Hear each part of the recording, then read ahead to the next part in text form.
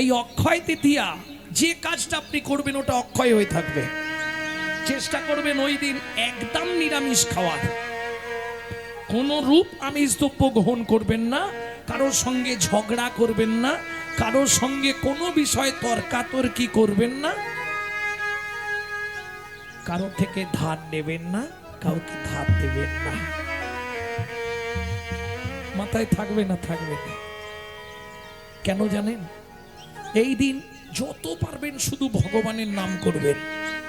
এই তিথিতে কোনো একটি মেয়ে এত ভগবানের নাম করেছিল, পেটের জ্বালায় ভগবান তাকে তার হাতে অক্ষয় পাত্র তুলে দিয়েছিলেন, যিনি হলেন পাঞ্চালী কৃষ্ণা দ্রৌপদী, যার জন্যে অক্ষয়। সেই পাত্রে হাত ঢুকিয়ে যে যখন যা কামনা করতেন তাই পেতেন কৃষ্ণা, মানে দ্রৌপদী।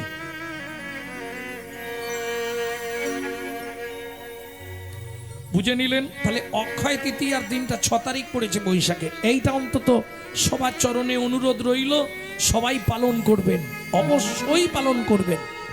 অন্তত ওই দিনটা আমিষ দ্রব্য গ্রহণ করবেন না, কারো সঙ্গে ঝগড়া ঝাঁটি কোনো কিচ্ছু করবেন না, ওটাই অক্ষয় হয়ে যাবে। যা করবেন আপনি, পারলে দিন দরিদ্র কাঙ্গালকে 1 টাকা হলেও দান করবেন, অক্ষয়। যদি কোনো ভিখারি বা পথিককে দেখতে পান, বাড়িতে এনে একটু জল, একটা বাতাসা হলেও দেবেন, অক্ষয়। আপনি মৃত্যুর মুহূর্তে যেখানেই থাকেন, ভগবান হলেও আপনার জন্য জল এনে আপনাকে খাওয়াবে, স্বাস্থ্যবিধান, এটা অক্ষয়। প্রেম সে বলো চৈতন্য মহাপ্রভু কি জয়। মনে থাকবে তো যা বলে দিলাম? চলুন।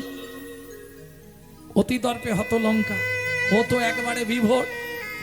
সেখানে হীরা চণ্ডাল শ্মশানে মোড়া পুরোতে ব্যস্ত, এদিকে রাত হয়ে গেছে, প্রসব যন্ত্রণায় মাটিতে পড়ে ছটকাচ্ছে।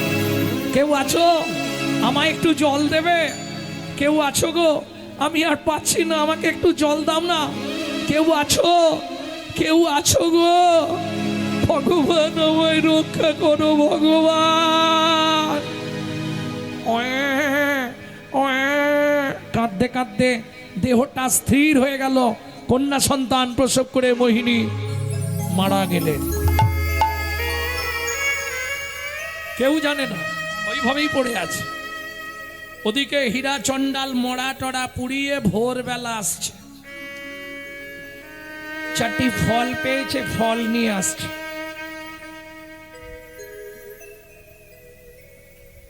মোহিনী, ও মোহিনী, দরজা খোলো। মোহিনী, তখনকার দিনে আগড়ের দরজা, আগড় চিনতেন তো? ওই যে বেকারিকে বিনুনি করে বোনা থাকতো, আগে ছিল, এর মধ্যেই মনে হয় ধান ঝাড়া হতো, আগড়। ওই আগড়ের দরজা ছিল তখন। মোহিনী দরজা খোলো। ঠেলা দিয়ে দেখছে দরজা তো বন্ধ নেই, ভেতর থেকে খোলাই আছে। যেই ঠেলা দিয়েছে দূর থেকে দেখছে, হীরা চণ্ডালের মনে আনন্দের সীমা নেই। মোহিনী, দেখো দেখো দেখো, আমি বলেছিলাম তোমার মেয়ে হবে, তুমি বলেছিলে ছেলে হবে। ওই দেখো, পুটপুটে কন্যা সন্তান প্রসব করেছো মোহিনী। ও মোহিনী, ও যন্ত্রণার জ্বালায় অচৈতন্য হয়ে গেছে, চোখে মুখে জল দিচ্ছে হীরা চণ্ডাল। মোহিনী, এই দেখো কত সুন্দর পুটপুটে কন্যা সন্তান প্রসব করেছো, ও ঘুমিয়ে আছে। মোহিনী, মোহিনী হাতটা ধরে দেখছে। মোহিনী, মোহিনী, মোহিনী,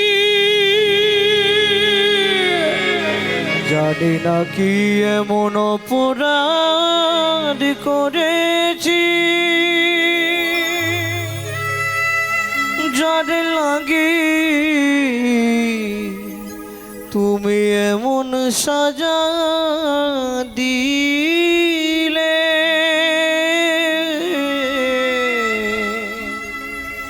বলে দাও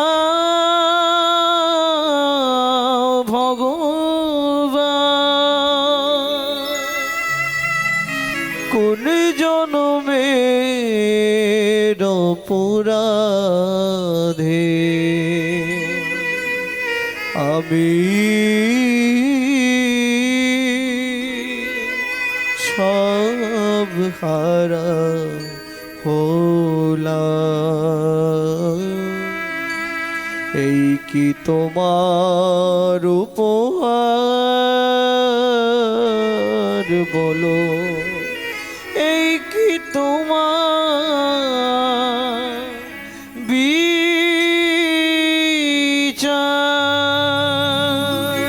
ও বিধি রে,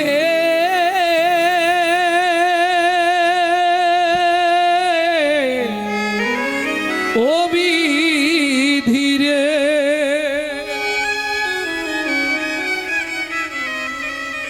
সুখের তরুণী থেকে গেল হায় বেদনা বালু চরে। সুখের তরুণী থেকে গেল হায় বেদনা বালু চরে। বিধাতায় আমার ভাগ্য নিয়ে নিশিদিন খেলা করে। ওগো বিধাতায় আমার ভাগ্য নিয়ে নিশিদিন খেলা করে। সুখের তরুণী থেকে গেল হায় বেদনার বালু চরে। সুখের তরুণী ভেঙে গেল হায় বেদনার বালু চরে। ও হীরা, কাঁদলে আর কি হবে? এতদিন লোকের মোড়া পুড়িয়েছিস, আজ নিজের মোড়া নিজে পুড়াবি। চল, সবাই মিলে শ্মশান ঘাটে নিয়ে গেল। সারা জীবন অন্যের মোড়া পুড়িয়েছি, আজকে নিজের স্ত্রীকে নিজে হাতে পোড়াবো। তবে ভগবান তুমি সাক্ষী রইলে, পতিত পাবনী মা গঙ্গা সাক্ষী থেকো, চন্দ্রদেব পবনদেব তোমরা সাক্ষী থেকো। আমার জীবনের আজ হলো শেষ মোড়া পোড়ানোর দিন।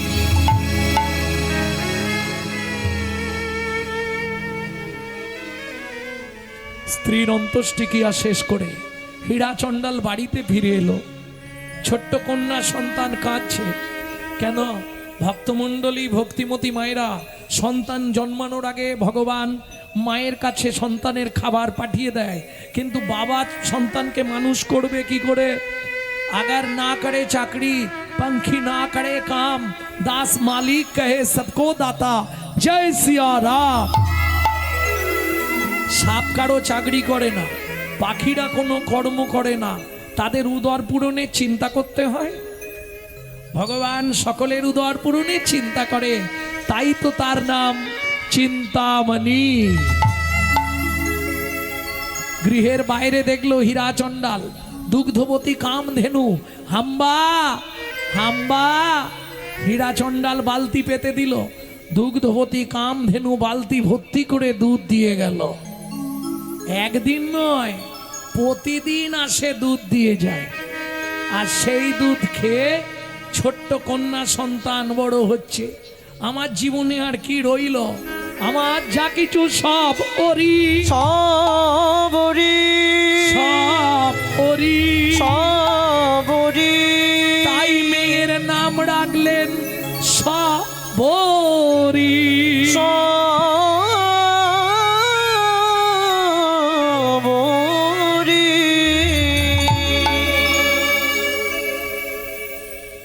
ভক্তমণ্ডলী ভক্তিমতী মায়েরা শিশু কলার ন্যায় বড় হচ্ছে সবরি। মাত্র 6 বছর বয়স। সংসার চলবে কি করে? প্রতিজ্ঞা, মোড়া আর পোড়াবো না। কি করবে? ওই ভিক্ষা করে আনে, সংসার চালায়। কিন্তু তখনকার দিনে পাতা, শুকনো পাতার কুঠির, আর প্রত্যেকটা জঙ্গলে কুঠিরে জ্বলতো একটা করে প্রদীপ। আলো বলতে প্রদীপ। কিসে জ্বালাতো? জঙ্গলে মৌমাছিতে চাক তৈরি করত, মধুটা খেত, আর ওই চাকটা যেটাকে বলে মোম, ওই মোমটা দিয়ে সলতে লাগিয়ে প্রদীপ জ্বালিয়ে রাখতো সব সময় ঘরে। এটাই ছিল তখনকার বিধান, যে বিধানটা আজও প্রতিফলিত হচ্ছে। কোথায় কোথায় বলুন তো? 6 মাস বন্ধ থাকে মন্দির, 6 মাস পরে খুললেও কোথায়? কেদারনাথ। আজও এই নিয়ম চলে আসছে, 6 মাস পরে খুলেও দেখে প্রদীপ ঠিক জ্বলছে। বরফে ঢাকা পড়ে গেছে প্রদীপ, কিন্তু এক জায়গা দিয়ে ঠিক জ্বলে আছে। এখনো যে অলৌকিক শক্তি পৃথিবীতে বর্তমান, এটা হিন্দু সনাতন ধর্মই প্রমাণ করে দিল। প্রদীপটা জেলে দিয়ে হীরা চণ্ডাল ভিক্ষার ঝুলি নিয়ে ভিক্ষায় চলে গেল। ছোট্ট মেয়ে সবরী দুধ খেয়ে ঘুমিয়ে গেছে, আগের দিন দুধ দিয়ে গেছিল, দুধ খেয়ে ঘুমাচ্ছে। 1 বালতি দুধ তো কত খাবে বাচ্চা? বাচ্চাও খায়, বাচ্চার বাপও খায়। ভক্তমণ্ডলী ভক্তিমতী মায়েরা হীরা চণ্ডাল ভিক্ষায় চলে গেছে। এইবার বাচ্চা মেয়ে ঘুমের ঝুঁকে পাশ ফিরতে গিয়ে প্রদীপটা উল্টে পড়ে গেছে। যা প্রদীপ উল্টে গেছে, শুকনো পাতার ঘর, একবারে দাউ দাউ করে আগুন।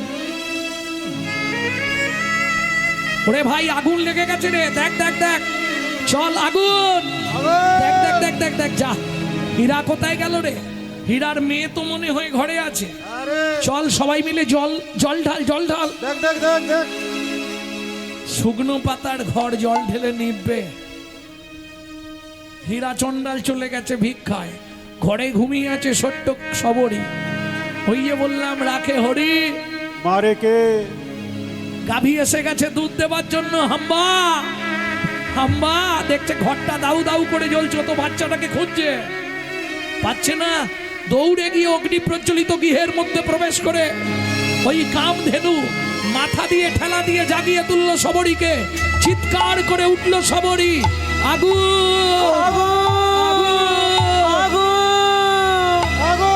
দূরবনে যাত্রা করলো সবরীকে নিয়ে দুগ্ধবতী কামধেনু।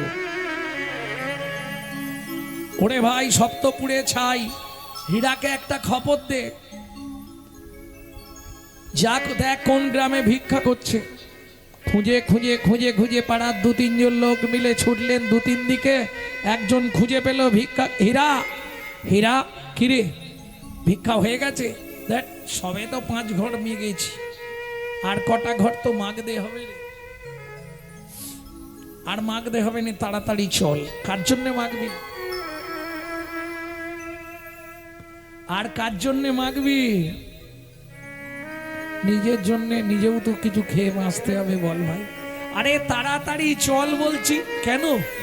তোর ঘরে আগুন লেগে গেছে। যেই বলেছে ঘরে আগুন লেগে গেছে, ও ভিক্ষার ঝুলিটা ফেলে দিয়ে ওর মাথায় একটাই, সবরী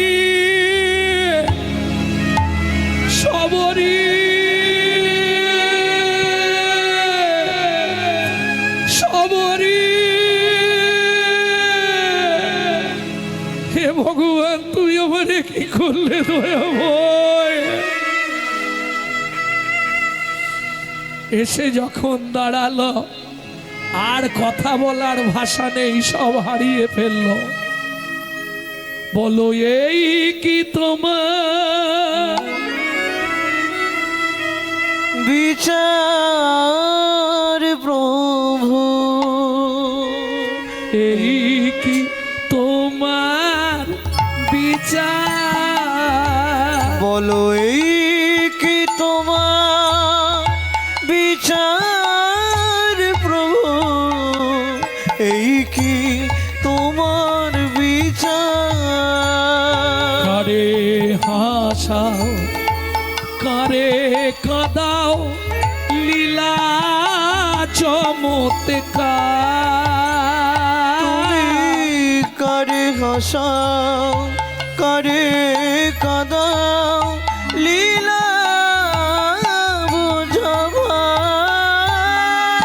এই কি তোমার বিচার প্রভু এই কি তোমার বিচার বলো এই কি তোমার বিচার প্রভু এই কি তোমার বিচার কাউকে দিলে জমিদারি কাউকে করলে দিন ভিখারি কাউকে দিলে জমিদারি কাউকে আবার দিন ভিখারি কাউকে দিলে জমিদারি কাউকে করলে দিন ভিখারি কাউকে দিলে জমিদারি কাউকে করলে দিন ভিখারি দিয়ে সব কেড়ে নিলে কিছু নাই আর বলো এই কি তোমার বিচার প্রভু এই কি তোমার বিচার বলো এই কি তোমার বিচার প্রভু এই কি তোমার বিচার হীরা ঘরের মধ্যে ঢুকিস না এখনো আগুন আছে যে অবস্থায় কাঁথাটা চাপা দিয়ে রেখেছিল ছোট্ট মেয়েটা ঘুমিয়েছিল কাঁথাটা চাপা দেয়াই আছে শুধু পুড়ে ছাই হয়ে গেছে আর কত পরীক্ষা তুমি করবে স্ত্রীকে কেড়ে নিলে ঘরটা পুড়িয়ে ছাই করে দিলে শেষে আমার একমাত্র কন্যা সবরীকেও তুমি কেড়ে নিলে দয়াময়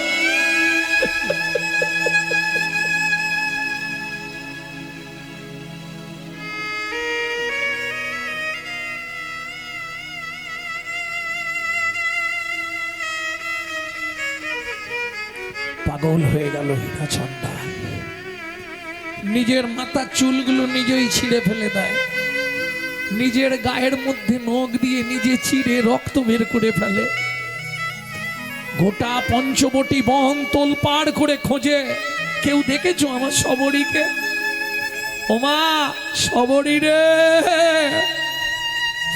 সবরী কোথায় গেলি রে মা ওমা সবরী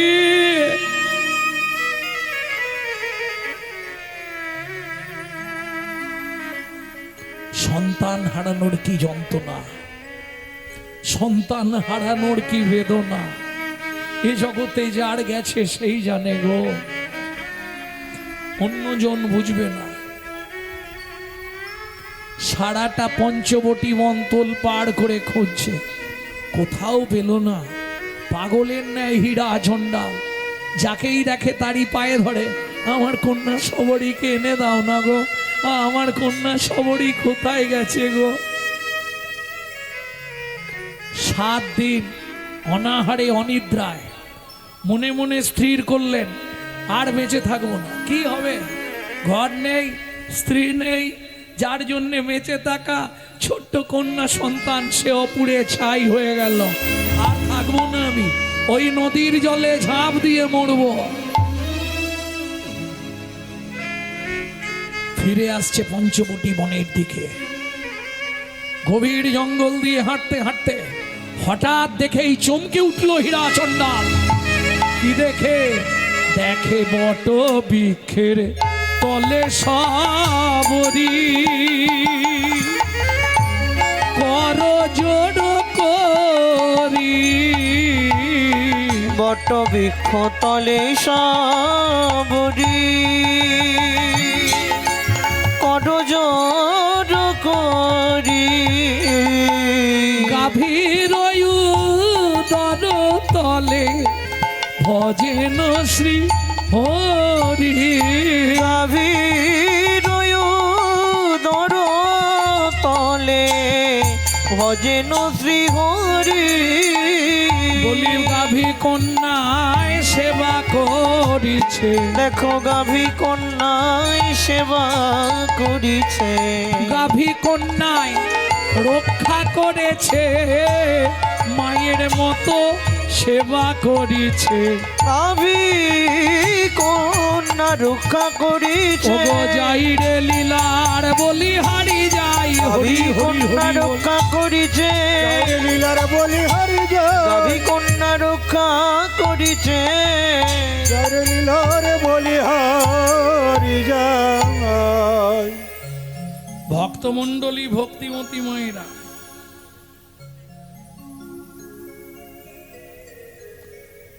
হীরা চণ্ডালকে দেখতে পেয়ে দুগ্ধবতী কামধেনু হাম্বা হাম্বা, হীরা চণ্ডাল যেই এগিয়ে গেল, সবরীকে হীরা চণ্ডালের হাতে সঁপে দিয়ে গাভী দূর বনে যাত্রা করলো। আবার পঞ্চবটি বনে নতুন করে পাতার কুঠি রচনা করলেন হীরা চণ্ডাল। কিন্তু ওই যে বললাম, ভগবানের সহ্য হবে না। তুমি যখনই ভক্ত হয়ে যাবে, তোমার বিপদ এবার বাড়তে রইল। কেন? দেখবেন, যতদিন আপনি ভক্তির পথেই ভালোই চলছিলেন, হঠাৎ করে যখনই ভক্তির পথে আসবেন, একের পর এক পরীক্ষা দিতে দিতে আপনি কেঁদে মরে যাবেন। তবে এটা আমার থেকে ভালো বুঝবে মাস্টারমশাইরা। কেন? মাস্টারমশাই সেই ছাত্রগুলোর খোঁজ বেশি নাই যারা পড়াশোনায় ভালো। গিয়েই বলবে, আরে অমুক আসেনে। ঠিক যেদিন থেকে আপনার সংসারে দুর্ভিক্ষ শুরু হলো, দুঃখ শুরু হলো, যন্ত্রণা শুরু হলো, ততক্ষণে আপনি ভাববেন এতদিনে মাস্টারমশাই আমাকে লক্ষ্য দিল। ভগবানের লক্ষ্য পড়ে গেল, আপনাকে ঘষে মেজে পরিষ্কার করে নেবে, বারবার আপনাকে আর কষ্ট দেবে না। পুনরপি জননাং পুনরপি মরণাং পুনঃ পুনঃ জননী জঠরে শয়নম। গোবিন্দ পরিবারে আপনার চান্স হয়ে যাবে। ভক্তমণ্ডলী ভক্তিমতী মায়েরা, মাত্র 3 মাসের মধ্যে হীরা চণ্ডাল শেষ নিঃশ্বাস ত্যাগ করলেন। 7-8 বছরের মেয়ে সবরই কি করবে? বাবা তো মরে গেল, খাবে কি? খাবার পাওয়া যাবে, কারণ জীব দিয়েছেন যিনি, আহার দেবেন তিনি। কোথায় খাবার খুঁজতে যায় জানেন? পঞ্চবটি বনের শেষ প্রান্তে মতঙ্গ মুনির আশ্রম। ঠিক দুপুরের একটু আগে আশ্রমের পিছন দিকে চলে যায়। বাবাজিরা খেয়ে এঁটো পাতা ফেলে দেয়, পাতায় যে প্রসাদগুলো লেগে থাকে সেই প্রসাদগুলো কুড়িয়ে এক জায়গায় জড়ো করে সেই প্রসাদগুলো সেবা করে। ভক্তি এমনি পাওয়া যায়, করে পাওয়ার নাম কৃপা। কর্ম করো, কৃপা আমি করে রেখেছি। ওই প্রসাদগুলো কুড়িয়ে খায়, তাও বিবেক দংশন করতে লাগলো। কেন? প্রত্যেক দিন প্রসাদ গুড়িয়ে খেয়ে যাই, সাধুদের সেবা তো আমার করা হয়নি। কাল থেকে সাধুদের সেবা করব। কিছু না করে প্রসাদ পেলে অপরাধ হয়ে যাবে। কি করে?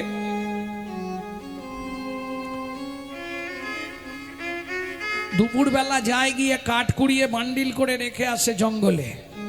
সন্ধ্যের পর অন্ধকার হয়ে গেলে কাঠের বোঝাটা এনে আশ্রমের সামনে রেখে যায়। বন হইতে শুষ্ক কাষ্ঠ বোঝা বান্ধি আনে, বন হইতে সুষ্ঠ কাষ্ঠ বোঝা বান্ধি আনে। আশ্রমে রাখয়ে রাত্রি কেহ নাহি জানে, আশ্রমে রাখো এ রাত্রে কেহ নাহি জানে। কেউ তো জানে না, কেউ তো জানে না। ও ভাইয়া, কে ভাই এত কাষ্ট আনে, কেউ তো জানে না। কে বা এত কষ্ট আনে কেউ তো জানে না। এই রামলাল, এদিকে আয়। এই কাঠ কি তুই এনেছিস নাকি? হ্যাঁ, এই জিজ্ঞেস কর শ্যামলালকে। এত কাঠ প্রত্যেক দিন কে রেখে যাচ্ছে? চল আজ রাত জেগে বসে থাকবো, কে এই কাজ অসাধ্য সাধন করে দেখতে হবে। সাধুরা সব লাঠি সোঁটা নিয়ে বসে আছে। কেন? এমনি এমনি না জানিয়ে সাধু সেবা নেবে না তো। এটা জানেন তো, রাধাকুণ্ডে আমি প্রতি বছর বৈষ্ণব সেবা দিই তো। সব বৈষ্ণবদের যে কুটির আছে, বৈষ্ণবদের ঘরগুলো খুব ছোট। একটা লোক শুতে পারবে, বসতে পারবে, 2-3 জন ঢুকতে পারবে না। ছোট্ট ছোট্ট কুঠিরে বসে সাধুরা ভজন করছে রাধাকুণ্ডের ধারে ধারে। এই গলায় কাপড় দিয়ে যখন নিমন্ত্রণ করতে যাই, হয়তো কোনো এক সাধু কুঠিরে নেই, পাশের সাধুকে বলে এলাম, এলে বলে দেবেন, উনি কিন্তু আসবেন না। নেই, এখন নেই, তোমাকে অন্য সময় গিয়ে ওনাকে জানাতে হবে। এটা বৃন্দাবনে নিয়ম। সাধুদেরকে নিজে মুখে বলতে হবে, এবং বলার মধ্যে যদি কোনো দৈনতা না থাকে, কোনো সাধু আপনার সেবায় আসবে না, বৈষ্ণব সেবায়। বলার মধ্যে যেন দৈনতা থাকে। অনেক দিনের ইচ্ছা একটু আপনাদের সেবা করব, যদি কৃপা করে আপনি চরণধুলি দেন। সাধু বাবা, আপনাকে নিমন্ত্রণ করতে এলাম, অমুক তারিখে আমার বাড়িতে সেবা, আপনার নিমন্ত্রণ। বলে তোর সেবা তুই রেখে দে, আসবে না। কেন? এরা ভজন সিদ্ধ মহাত্মা। আপনারা নিশ্চয়ই যারা বৃন্দাবনে গেছেন, পেড় কদম বলে একটা জায়গা আছে, পেড় কদম, নিশ্চয়ই গেছেন। সনাতন গোস্বামীর ভজন স্থল। ভজন করছে, মনে মনে ভাবছে আজকে দ্বাদশী, ভিক্ষায় তো গেলাম না, শরীরটা খুব খারাপ, কাল থেকে একাদশী করে ইচ্ছা ছিল কিশোরীকে যদি আজকে একটু পায়েস দিতে পারতাম, গোবিন্দকে একটু পায়েস রান্না করে দিতাম। দ্বাদশীর দিনে পরমান্ন ভোগ লাগাতে হয় ঠাকুরকে। আটকাল 12 মাস আমার বাড়িতে চলে, যদিও নিত্য অন্ন ভোগ হয়, কিন্তু দ্বাদশীর দিনে একটু পরমান্ন ভগবানকে দিতেই হবে। মনে মনে আশা করেছে, ছোট্ট বালিকা রূপ ধরে চলে এসছে। এই যে বাবাজি, আপনি আজকে ভিক্ষা করতে গেলেন না দ্বাদশীর দিন? মা বলল একটু দুধ, চাল, চিনি আর সবকিছু দিয়ে গেলাম, পায়েস করে ভগবানকে দেবেন। ভাবুন সিদ্ধ মহাত্মা কাকে বলে। মনে মনে ভেবেছে, নিয়ে চলে এসছে। আবার কে নিয়ে এসছে? স্বয়ং বৃন্দাবনেশ্বরী রাধা ঠাকুরানী।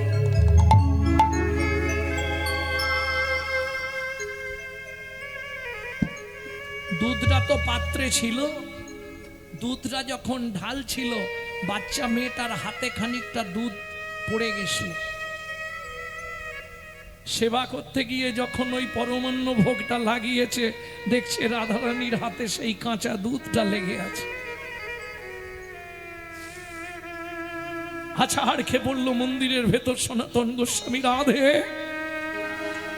সামান্য মনে মনে ভেবেছিলাম গোবিন্দকে একটু পরমান্ন দেবো, আজকে আমার শরীর ভালো নয়, ভিক্ষায় বেরোতে পারিনি বলে তুমি নিজের ব্যবস্থা নিজেই করে নিলে, স্বয়ং রাধারানীকে দিয়ে আমাকে পাঠিয়ে দিলে।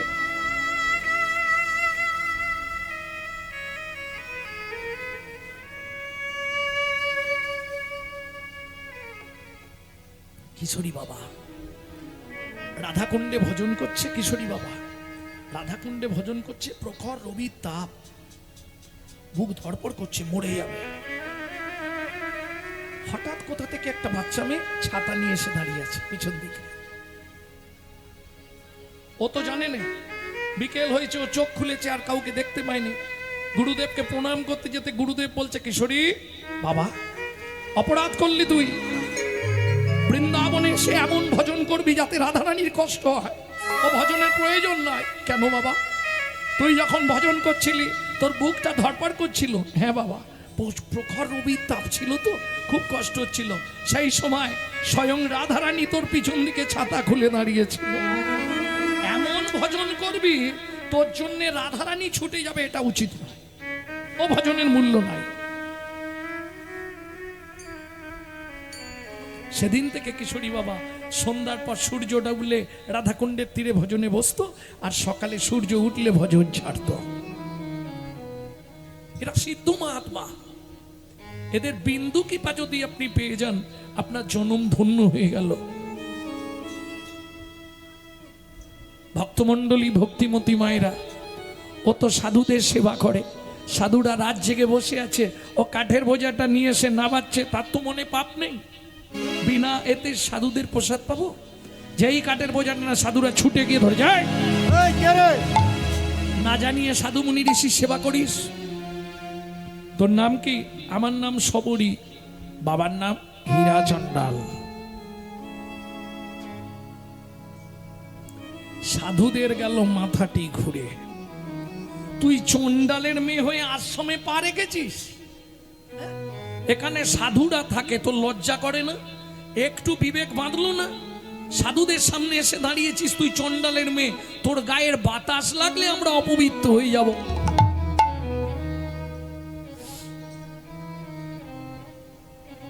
ভাইয়া, মনে হয় ওর পিছনে কোনো চক্রান্ত আছে।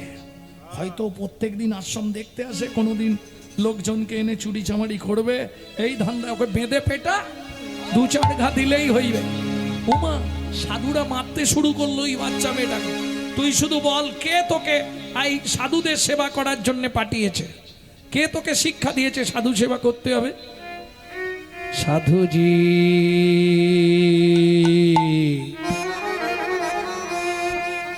আমার মন শিখাইছে সেবার অঙ্গ। আমার মন শিখায়েছে সেবার অঙ্গ। দেখবেন কোন সৎ উপদেশ মন আপনাকে দেয়। এই যে হঠাৎ করে কীর্তন, আগে থেকে ব্যবস্থা ছিল? এই তন্ময়, আগে থেকে, বহুদিন আগে থেকে চিন্তা করেছিলে কীর্তন করাবো? হঠাৎ করে মনে জাগলো একটু কীর্তন করালে ভালো হয়, এই অনুষ্ঠান একটু করলে ভালো হয়। হঠাৎ করে মনে জাগলো দীক্ষা নিলে ভালো হয়। আবার দীক্ষা হয়ে গেছে মানে এরপর অনেক কিছু মনে জাগবেই। যদি জমি ভালো হয়, যদি বীজ ঠিক থাকে, এইবার সঠিক জায়গায় পৌঁছাতে পারবে। বল, কে তোকে জানালো? আমার মন শিখাইছে সেবার অঙ্গ। ও গুরুজি, আঘাতে আঘাতে যদি শেষ করো অঙ্গ, আঘাতে আঘাতে যদি শেষ করো অঙ্গ, তবু আমি নাতে জীব এত সাধু সঙ্গ। তুলসী দাসে কহে সবে হরি রঙ্গ, শেষ দিনে পাবিরে ত্রিভঙ্গ। আমার মন শিখায়েছে সেবার অঙ্গ। আমার মন শিখাইছে সেবার অঙ্গ। আমার মন শিখাইছে সেবার অঙ্গ। সাধু সেবা করি যদি, করি যদি আমার হয় অপরাধ, আমার হই অপরাধ, মহা মহা ভজনে ভজনে পড়ি যাব বা। পড়ি যাব বা।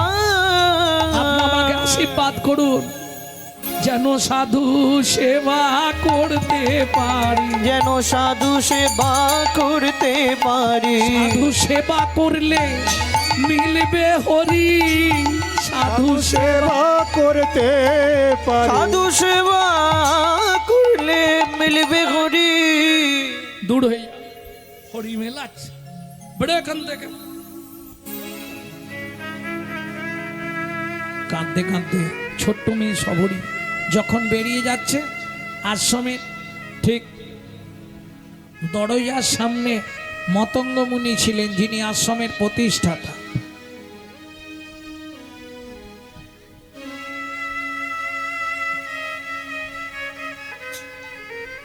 সবরী মা, ওরা তোকে চিনতে পারেনি, আয় তুই আমার কাছে, আমি তোকে রাম মন্ত্রে দীক্ষা দেবো।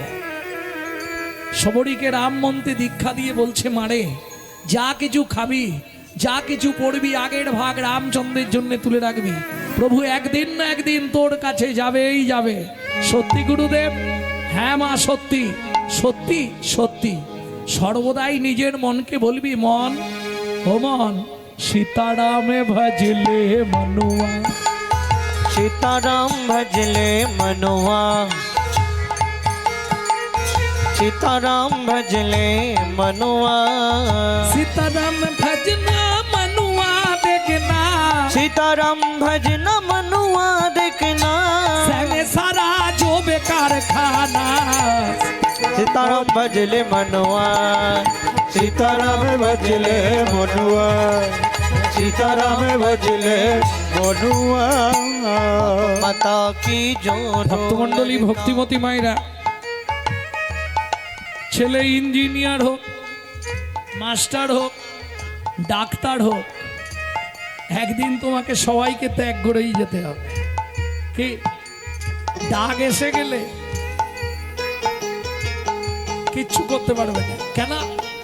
মৃত্যুর আগের মুহূর্তে আলেকজান্ডার বলে গেছিল সেনাপতিকে ডেকে তিনটে কথা, আমি মরে গেলে আমার হাত কফিনে ভরবে না, হাত খোলা থাকবে। আর আমি মরে যাওয়ার পর 4 জন MBBS ডাক্তার আমাকে বয়ে নিয়ে যাবে। সবাই মরে গেলে খই ছড়িয়ে নিয়ে যাওয়া হয়, আমি মরে গেলে আমার যত ধনরত্ন আছে ছড়িয়ে নিয়ে যাবে। কেন? 3টে শিক্ষা তিনি জগৎকে দিয়ে গেলেন। জড়জাগতিক কিছুই নিয়ে যেতে পারবে না, সব পড়ে থাকবে, তোমাকে খালি হাতে চলে যেতে হবে। জড়জাগতিক বিচার কি? যে জায়গাটার জন্যে, এক চাকর জায়গার জন্যে আজকে 16 বছর ধরে কোর্টে ছুটলে ওই জায়গাটা নিয়ে যাবে তো?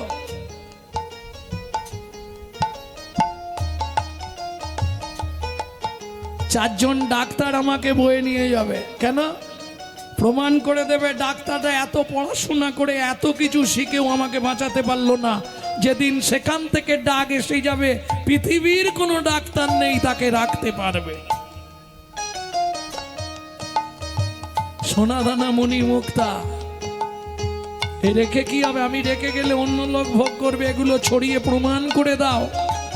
কোটি কোটি টাকা থেকেও আমাকে কেউ বাঁচাতে পারবে না।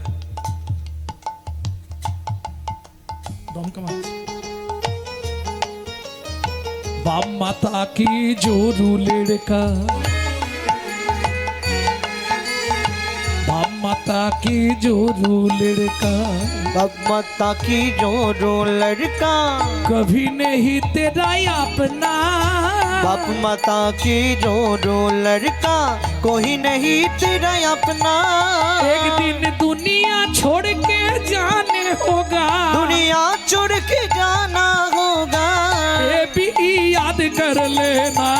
सीताराम भजले मनुआ, हड़प्पा सीताराम भजले बनुआ एक बार सीताराम भजले मनुआ। शेष अनुरोध, साधु संगम हरदम फेरो। साधु संगम हरदम भेरो। সাধুর সঙ্গ করতে বলছে বারবার, সাধুদের সঙ্গ করো, তাই তো? সাধু সঙ্গ করো। এখন সাধু চিনবো কি করে? কলিযুগে তো সাধু চেনা খুব দাম। কলিতে সাধু চিনতে পারবে? সব তো সেজে আছে। তাহলে সাধু কোথায় পাবো? কলিতে সাধু চেনা খুব মুশকিল, এটা শুনে রাখো। মনে বাসনা থাকিতে কি হবে বলো না, জপিলে তুলসী মালা, চিতে কামনা থাকিতে তিলক সেবিলে মিলে কি চিকন কালা, যোগেরও নিধি মিলিত যদি পড়িলে কৌপিন ঝোলা, ত্যাগ করে সোনার কাশি হইয়ে সন্ন্যাসী শ্মশানে যেত না ভোলা। তাহলে সাধু পাবেন কোথায়? গ্রন্থ পড়বেন। কিছু যদি না পড়তে পারেন, বাংলা গীতা পড়বেন। গীতা পড়লেই সাধু সঙ্গ করা হয়ে যাবে। গীতা পড়লে আপনার জন্ম টু মৃত্যু আপনি সব জেনে যাবেন, আপনাকে কিভাবে চলাফেরা করতে হবে। সব থেকে সহজ ধর্মগ্রন্থ, হিন্দু সনাতন ধর্মের মূল ধর্মগ্রন্থ গীতামৃত। সাধু সঙ্গম হরদম ফেরো, साधु संगम हरदम भेरो। छोड़ते रंग चलो ना, साधु संगम हरदम भेरो, छोड़ दे रंगो चलो ना। उसी वक्त में राम नाम लेके, उसी भगत में हरि नाम लेके, उसी वक्त में राम नाम लेके, उसी भगत में हरि नाम लेके, धर्म को साथी कर लेना। सीताराम भजले निताई गौरी हरि बोल। सीताराम भजले बनुआ सीताराम भजले मनुआ। এটুকু পেয়েছিল গুরুদেবের কাছে, গুরুদেব গান গাইতে গাইতে কোলে মাথা দিয়ে হরি বল। ভাগ্য দেখুন কি করবে, মাটি দিয়ে গুরু মূর্তি তৈরি করে নিত্য পুজো করে।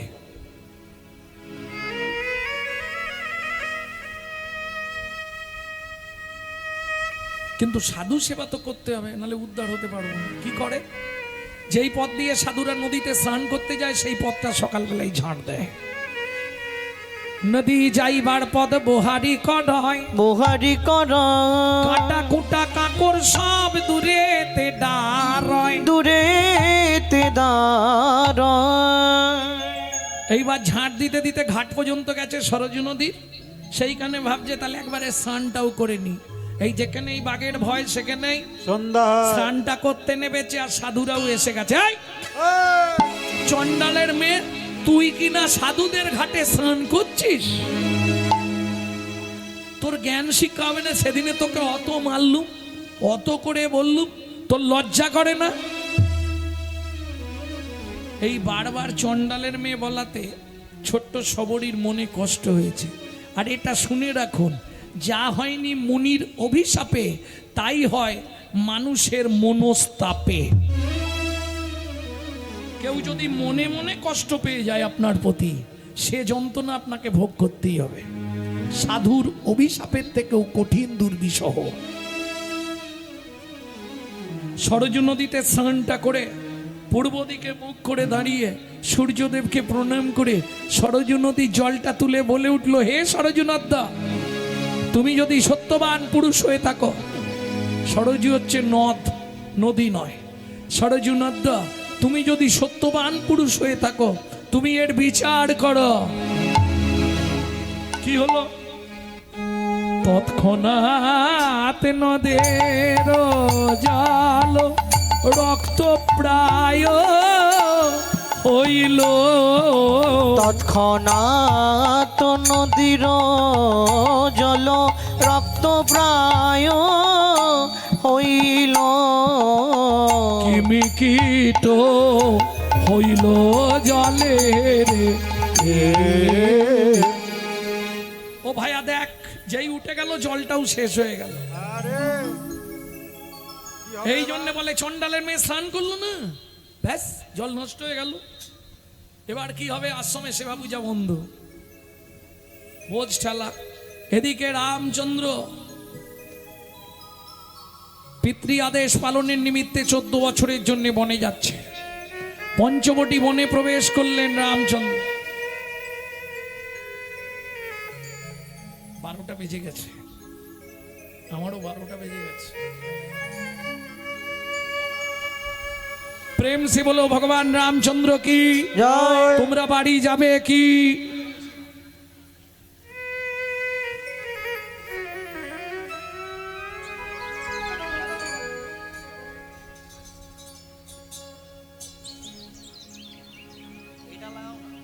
ভগবান রামচন্দ্র পঞ্চবটি বনে যাবে, এখন এসে দাঁড়িয়েছে শেষ প্রান্তে।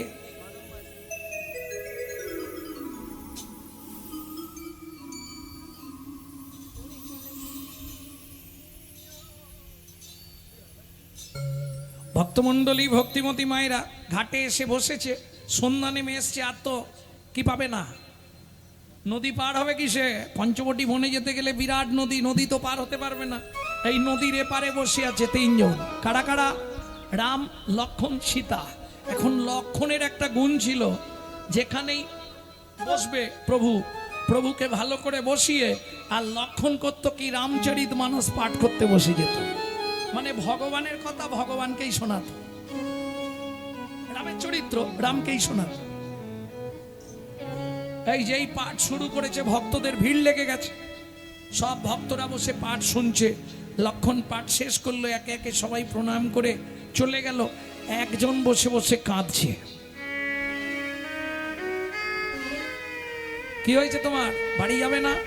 বলে, লক্ষ্মণ ঠাকুর, তোমাকে একটা কথা বলবো বলে বসে আছি। বলো। বলছি, আমি এই ঘাটের পাটনি। পাটনি মানে বোঝেন? মাঝি। কিবট মাঝি, কিবট মানেও মাঝি। তা কি হয়েছে বলো, কার্য কেন? বলে আমাদের ঘাটে তো ভালো ভালো নৌকা আছে, ময়ূরপঙ্খী নৌকা, গজরাজ নৌকা, সুন্দর করে সাজানো, কিন্তু আমার নৌকাটা ভাঙা। বহুদিনের ইচ্ছা প্রভুকে আমি আমার নৌকায় তুলে ওপারে নিয়ে যাব। তার জন্য আমাকে কি করতে হবে? তুমি যাতে প্রভু আমার নৌকায় ওঠে এইটা একটু ব্যবস্থা করে দাও। ঠিক আছে, কাল সকালে কোনো নৌকা থাকবে না, তুমি একাই থাকবে, আমি সবাইকে বলে দেবো। লক্ষণ ঘাটে গিয়ে প্রচার করে দিয়েছে, কোনো নাবিক আসেনি। কিবোর্ড এসছে, মাধব মাঝি নৌকা, ওই ভাঙা নৌকা নিয়ে বেচারি খানিকটা জলের মাঝামাঝিতে বসে আছে, নাঙড় ফেলে। এইবার সকালে ভোরবেলা চলে এসছে মাধব মাঝি পার করবে বলে, প্রভুকে নৌকায় তুলব। এইবার ঘাটে গিয়ে রামচন্দ্র ডাকছে, মাঝি, ও মাঝি, মাঝি। এ কি রে বাবা, ওই পাশে মুখ ঘুরে বসে আছে কেন? শুনতেও পায়নি কানে নাকি? ও মাঝি, আরে আমরা ওপারে যাব। মাঝি, নবীন মাঝি রে,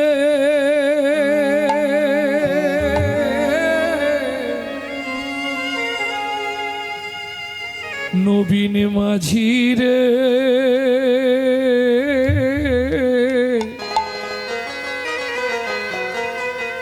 কুলে আনো খেয়া তোরে। নবীন মাঝি রে,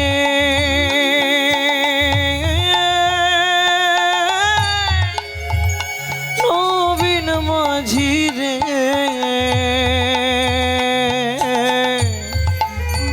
কুলে আনো খেয়া তোরি, কুলে আনো নব তোরি। তাহলে লক্ষণ বলেছে, মাধব এসে ঘাটে দাঁড়িয়েছে।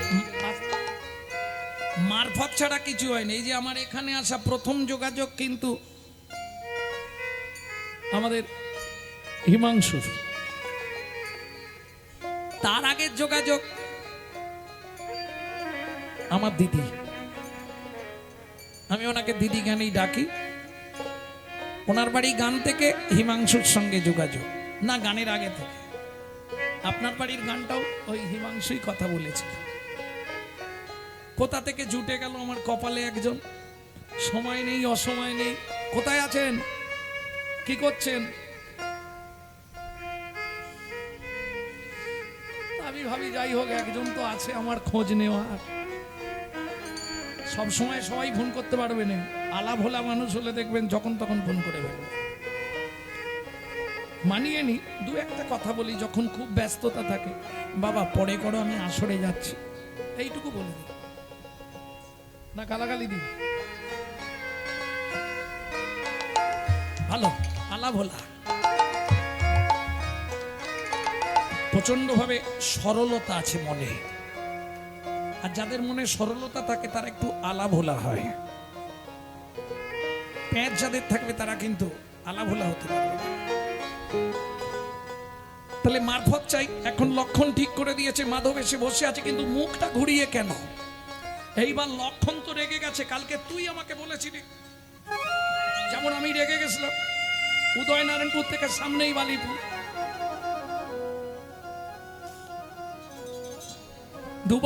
দুবার লেখা হয়েছে। প্রথম লেখা হয়েছিল হাওড়া জেলা, উদয়নারায়ণপুর, বালিপুর। তারপরে যখন তন্ময় ফোন করছে, না না হাওড়া জেলা না, আমাদের এটা হুগলি খানাকুল। আজকে এসে দেখলাম শুধু খানাকুল নয়, একবারে ভেতর খানাকুল। কোথায় দিয়ে ঘুরে ঘুরে ঘুরে ঘুরে, বাবরে। ভক্তমণ্ডলী, ভক্তিমতী মায়েরা, তবে এসেও নিজেকে বড় ধন্য মনে হচ্ছে। এই যে এত রাত পর্যন্ত আপনারা ধৈর্য ধরে এখনো বসে আছেন, এর জন্য আপনাদের চরণে দণ্ডবত। ভগবানের চরণে জানাই আপনাদের হৃদয়ে কৃষ্ণ প্রেম ভক্তি লাভ হবেই হবে। প্রেম সে বলল চৈতন্য মহাপ্রভু কি জয়। এইবার লক্ষণ রেগে গেছে। এই মাঝি, ভালো চমকে গেছে। এইবার রেগেছে। কি রামচন্দ্র বলছে ভাই এই মাঝি বলতে নেই, প্রত্যেকটা ব্যক্তি যে ভিখারি তাকেও সম্মান দিতে হয়। একটা কুকুরকেও তুমি সম্মান দিলে তোমার জন্য সম্মান ভগবান তুলে রেখেছে। প্রত্যেককে সম্মান দিও, এটা ভক্তি বিনোদ ঠাকুরের কথা। সকলে সম্মান করিতে সকতি দেহ নাদ যথাযথ। আমাকে তুমি এই জ্ঞান দাও যেন আমি সবাইকে সম্মান দিয়ে চলতে পারি। একটা ছেলের সঙ্গে বাচ্চা ছেলে বাচ্চা মেয়েদের সঙ্গে আপনি যদি তুমি করে কথা বলো, ও খুশি হবে, আপনাকেও সম্মান দেবে। আর তুমি যদি শুরুতেই তুই তুই করো, ও সেই রকম কথা বলবে। কি? তুমি যেমন শেখাবে ও তেমন শিখবে।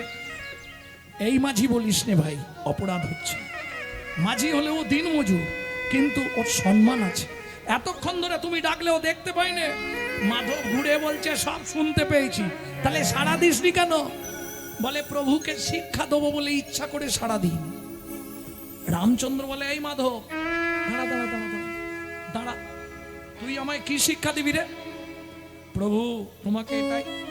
প্রভু তোমাকে এটাই শিক্ষা দিতে চাই, জগৎ জীব যখন জ্বালা যন্ত্রণা দুঃখ হতাশা চিৎকার করে তোমায় ডাকে, তুমি যদি সাড়া না দাও তাদের ভেতরটা কেমন হয় সেইটা বোঝাবার জন্য তুমি এতবার ডাকছিলে, আমি সাড়া দিইনি। ভগবান বলে মাধব রে ভালো শিক্ষা দিলি। তরি ঠেকিছে মাধব, আগে ভাড়া ঠিক কর, কত নিবি? এপার থেকে ওপারে নামিয়ে দিবি তিনজনকে, কত নিবি সেটা আগে বল।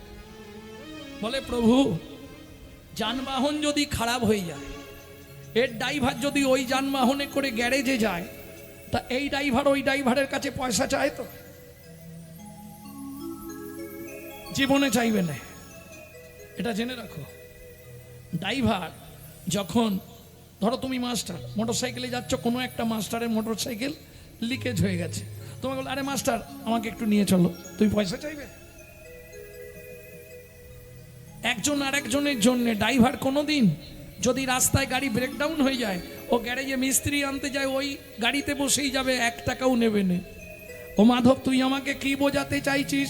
বলে ঠাকুর বুঝলে না, তুমিও মাঝি আমিও মাঝি, তুমিও মাঝি আমিও মাঝি, তুমিও মাঝি আমিও মাঝি, তুমিও মাঝি আমিও মাঝি, ভব সিন্ধু পার করে দিও, তুমিও মাঝি আমিও মাঝি, সেদিন ভব সিন্ধু পার করে দিও, তুমিও মাঝি আমিও মাঝি। সে না হয় বুঝলাম, তাহলে নৌকায় উঠি? বলে দাঁড়াও, সীতা মা আগে উঠুক, লক্ষণ ঠাকুর উঠুক, তুমি একটু দাঁড়াও। কেন? তোমার সঙ্গে আমার কোনো ঝগড়া নেই, কিন্তু তোমার পা দুটোর সঙ্গে আমার ঝগড়া। কেন রে, পায়ে কি আছে? আমি সব জানি। কদিন আগে পাথরে পা লেগে পাথর থেকে মেয়ে ছেলে বেরিয়ে গেছে। আমার নৌকায় তুমি পা দিলে, নৌকাটা যদি মেয়ে ছেলে হয়ে যায়, বাড়িতে বউ আছে, ঝগড়া লেগে যাবে, হবে না? আমি আগে ঘষে ঘষে তোমার পাটা ধোবো, তারপর তোমাকে নৌকায় তুলবো। লক্ষণ বলছে ও মাধব পা ধুবি, জল তুলবি কি করে? বলছে লক্ষণ ঠাকুর আমি সেদিন থেকে জল তুলে রেখেছি, আমি সেদিন থেকে জল তুলে রেখেছি। কোন দিন থেকে? এই ঘটনাটা শুনে রাখুন, জীবনে হয়তো শুনতে পাবেন না, তবু শুনে রাখুন। যখন ক্ষীরোদ সাগরে অনন্ত শয্যায় নারায়ণ শায়িত, লক্ষ্মী চরণ সেবা করছিল না, ছবিতে দেখেন না? সেই সময় বারবার একটা কচ্ছপ কুর্ম বারবার ওই অনন্ত শয্যার ওপর উঠে পড়ছিল সমুদ্রের জল থেকে। ক্ষীরোদ সমুদ্রের জল থেকে বারবার উঠে পড়ছিল। কেন? ভগবানের চরণে কি আছে, এটা একবার আমি ভগবানের চরণের তলাটা মুখ দিয়ে চেটে দেখব। কচ্ছপ বারবার উঠছিল, এইবার মা লক্ষ্মী দেখতে পেয়েছে কচ্ছপটা প্রভুর পায়ের দিকে এগোচ্ছে। মা ভাবছে যদি কামড় দিয়ে দেয়, মা লক্ষ্মী করেছে কি, কচ্ছপটাকে তুলে দূর দূর করে ফেলে দিয়েছে। আর যা দূর করে ফেলেছে, কচ্ছপ তো চিৎ হয়ে পড়ে গেছে, ও তো আর উঠতে পারছে না। এটা জানেন তো, কচ্ছপ যদি চিৎ হয়ে পড়ে যায়, ও আর উঠতে পারবে না। চিৎকার করে কাঁদলো, ভগবান তোমার চরণটা একবার আমি বদন দিয়ে দেখতে গেছিলাম, কেমন স্বাদ তোমার চরণের তলায়, কিন্তু এমন শাস্তি তুমি আমায় দিলে। তখন ভগবান আশ্বাস দিল, দুঃখ করিস না, এটা সত্য যুগ, তুই হয়েছিস কুর্ম, আমি শ্রী বিষ্ণু নারায়ণ। আগত তেতা যুগে আমি হব রামচন্দ্র, তুই হবি মাধব মাঝি। আজকে যেমন তুই চরণ ধরতে পারলি না, আজ থেকে নয়ন জল তুলে রাখ, সেদিন চরণ দুটো ধুয়াইয়ে দিবি, সেদিন চরণ দুটো ধুয়াইয়ে দিবি। ও মাধব সেদিন কথা দিলে, তুমি কথা দিয়েছিলে বলে আমি আজ ঘাটে বসে আছি।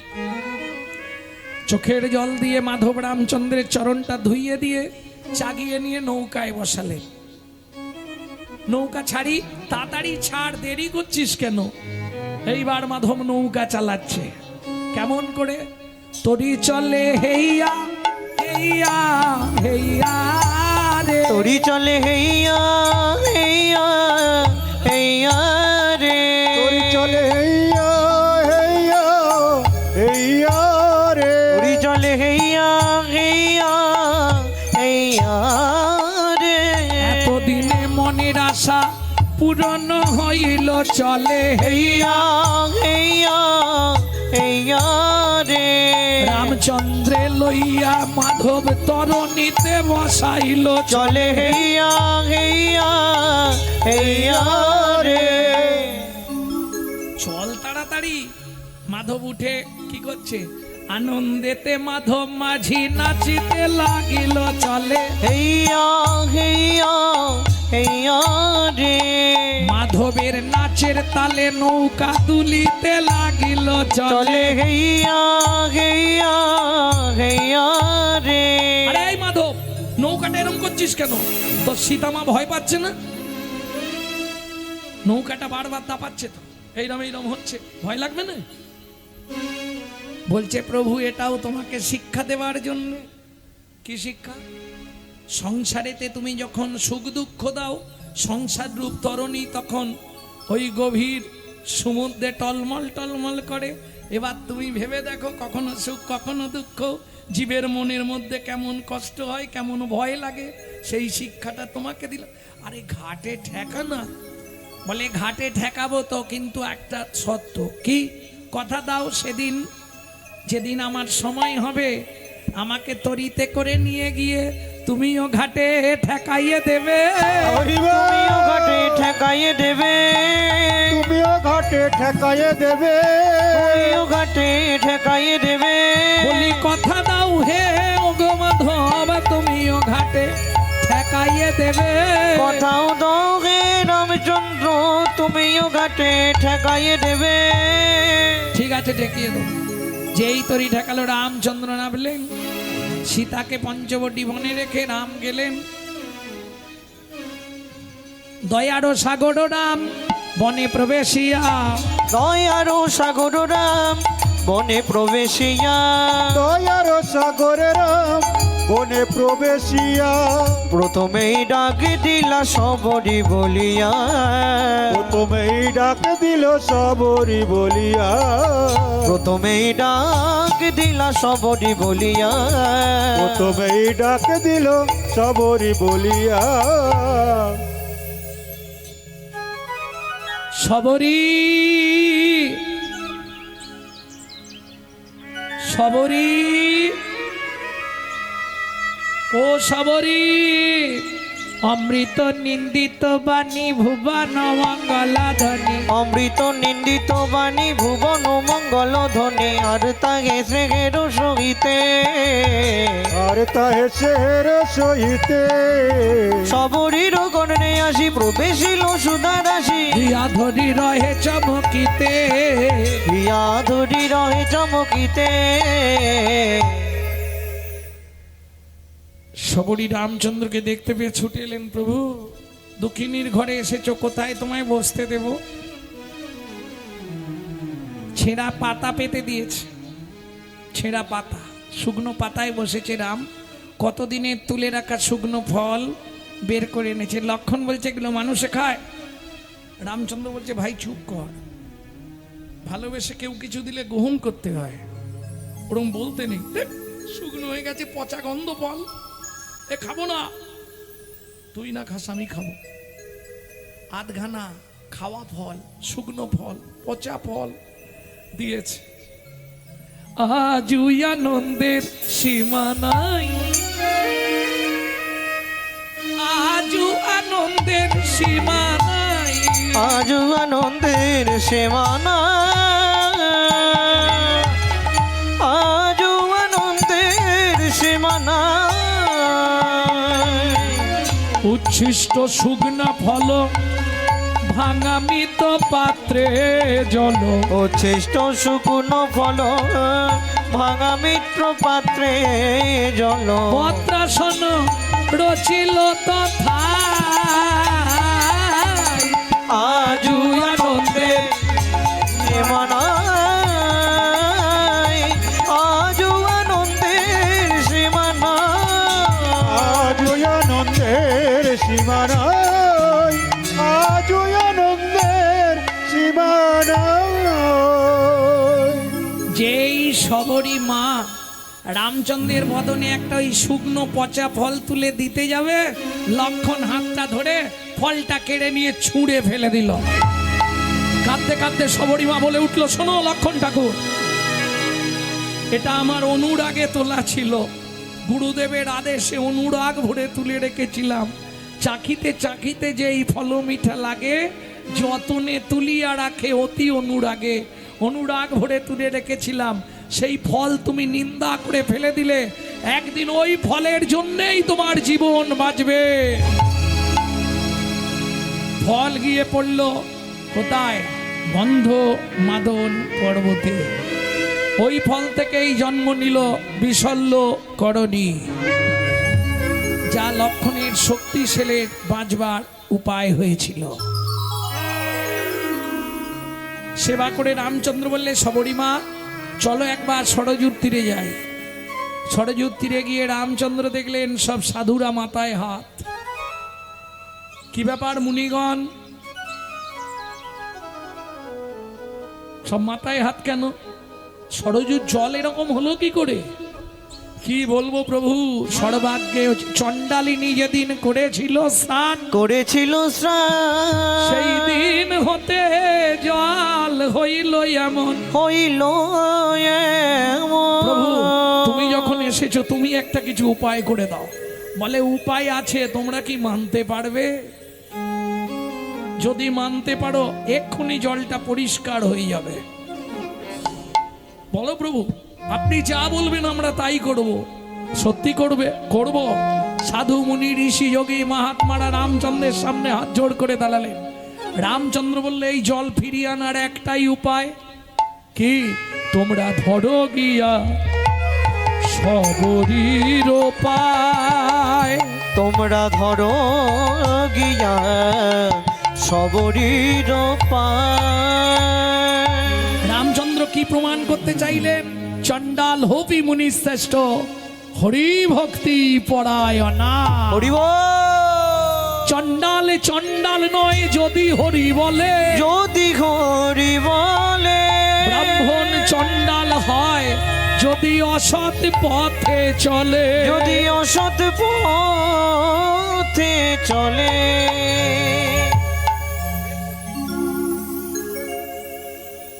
কি বলছেন প্রভু? হ্যাঁ, তোমরা ধরো গিয়া সবরীর পায়, তোমরা ধরো গিয়া সবরীর পায়। তবে একটা কথা আপনাদের বলি, আমার সম্প্রদায় নিয়ে, মানে আমার স্টাফেদের নিয়ে, সম্প্রদায় নিয়ে আমার আজকে গর্ব। কেন? আমি কিন্তু পাক্কা 12টায় গান ছেড়ে দিচ্ছিলাম, প্রত্যেক দিন রাত জাগছে ওরা, প্রত্যেক দিন। কিন্তু আমি ছেড়ে দিতে চাইছিলাম, আমার সম্প্রদায়রা বলল, কেন জানেন? কেন সেটা বলবো, দুবার ধরে চন্দ্রমুখী আলু খেয়েছে। আর সত্যি আশা থেকে আমাদের ডাক্তারবাবুর ওখানে আছি তো, একদম এসি টেসি চালিয়ে বেশ সুন্দর করে রেখেছে, দারুণ ব্যবস্থা। সারাটা দিন খুব ভালো আছি আজ, গুছিয়ে সেবাও দিচ্ছে আর গুছিয়ে খাতিরও করছে। খুব ভালো মনের মানুষ। ধন থাকলেই ধনী নয় গো, মনুষ্যত্ব মানুষের প্রধান পরিচয়। ভালোবাসা পয়সা দিয়ে হয় না, হয় ভালোবাসা কোনোদিন পয়সা দিয়ে পাওয়া যায় না। ভালোবাসা পাওয়া যায় মনে মনে যদি একত্রিত হওয়া যায়। প্রেম সে বলো ভগবান রামচন্দ্র কি জয়। দেরি করছো কেন, যাও তোমরা, ধরো গিয়া সবরীর পায়। তোমরা ধর গিয়া সবরীর পায়। চরণ পরশে জল হইবে নির্মল। চরণ পরশে জল হইবে নির্মল। প্রভু বাক্য কহনে না যায়। ছুটে গেল সাধুগণ, আছাড় খেয়ে পড়ল চণ্ডালিনী কন্যা সবরীর চরণে। আপনারা কি করছেন? আপনারা সাধু মুনি ঋষি, আপনারা পায়ে হাত দেবেন না, আপনারা আমাকে আদেশ করুন, আমি তাই করব। যাও মা, তুমি একবার তোমার চরণটাই সরজু নদীতে ডুবিয়ে দাও। কিছুতেই রাজি নয়। রামচন্দ্র বলছে সবরী যাও, যাও মা। রামচন্দ্রের চরণে প্রণাম জানিয়ে, স্বর্গীয় গুরুদেবের চরণে দূর থেকে প্রণাম জানিয়ে, বাবা মার চরণে প্রণাম জানিয়ে, সূর্যদেবকে প্রণাম করে, যেই না চন্দ্রদেবকে সাক্ষী রেখে পবন দিকপালেদের জানিয়ে সরজু নদীতে নেবে, যেই না শুরু করলো কি কৃষ্ণ কেশব কৃষ্ণ কেশব কৃষ্ণ কেশব তাই রাম রাঘব রাম রাঘব রাম রাঘব নরসম। কৃষ্ণ কেশব কৃষ্ণ কেশব কৃষ্ণ কেশব ত্রাহি মা। রাম রাঘব রাম রাঘব রাম রাঘব রক্ষম। জলে নাবি রাম নামে করে নিরন্তর। ওগো জলে নাবি রাম নাম করে নিরন্তর। চরণ পরশে জল হইল নির্মল। ওগো চরণে পরশে জল হইল নির্মল। এই তো ভক্তের মহিমা, এই তো ভক্তের মহিমা। ওগো বেদে যার না পায় সীমা, এই তো ভক্তের মহিমা। বেদে যার না পায় সীমা, এই তো ভক্তের মহিমা।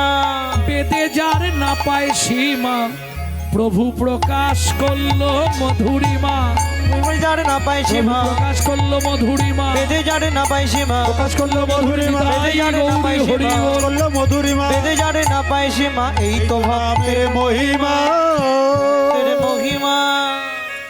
জল নির্মল হয়ে গেল, সবরী উঠে এলেন, ভগবানের চরণে প্রণাম জানিয়ে বললেন প্রভু তোমার কথা আমি রেখেছি, আমার কথা তুমি রাখো। কি চাও বলো, তুমি কৃপা করে তোমার একবার স্বরূপটা আমাকে দর্শন করা। জয় রামে বললি সবরী চরণে পড়িল।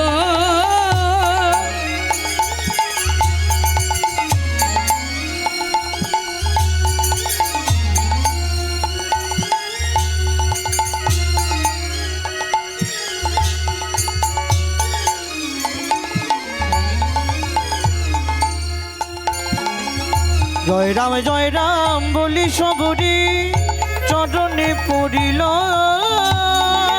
প্রভু তাদের শিবই কুণ্ঠ ধামে পাঠাইল। প্রভু তারে শ্রী বৈকুণ্ঠ ধামে পাঠাইল। ভক্তগণ নিবেদন করলেন প্রভু আমরা একবার রাধা গোবিন্দের যুগল দেখতে চাই।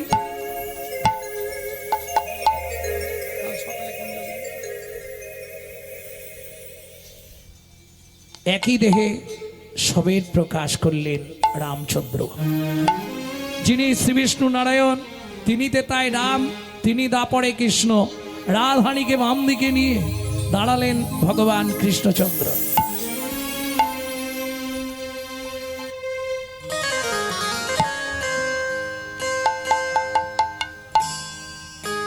श्री राधा रमन रमणि मन मोहन वृंदावन बन देवा শ্রী রাধা রমন রমণী মন মোহন বৃন্দাবন মন দেবা অভিনব রাস রসিক বর নাগর अभिनव रास रधिक वर नागर অভিনব রস রসিক বরণা কর नागरी गणपित सेवा नागरी गणपित सेवा শ্রী রাধা রমন রমণী মন মোহন বৃন্দাবন মন দেবা श्री राधा रमन रमणि मनोहर वृंदावन बन देवा अभिनव रास रसिक वर नागर অভিনব রস রসিক বরণা কর अभिनव रास रसिक वर नागर অভিনব রস রসিক বরণা কর नागरी गणपित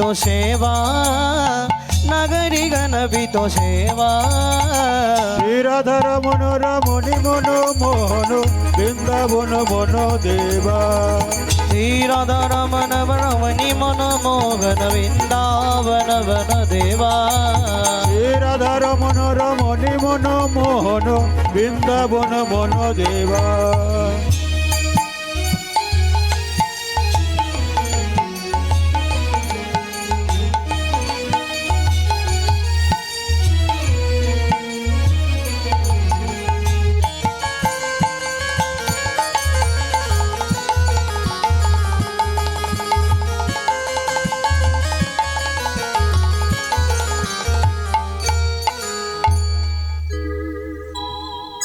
ভক্তমণ্ডলী ভক্তিমতী মায়েরা ভক্তের কথা রাখতে ভগবান কি করলেন তখন রাইবা মেলেই পুণ্য দাঁড়াইল স্যাপ राइबा मेले पुनरा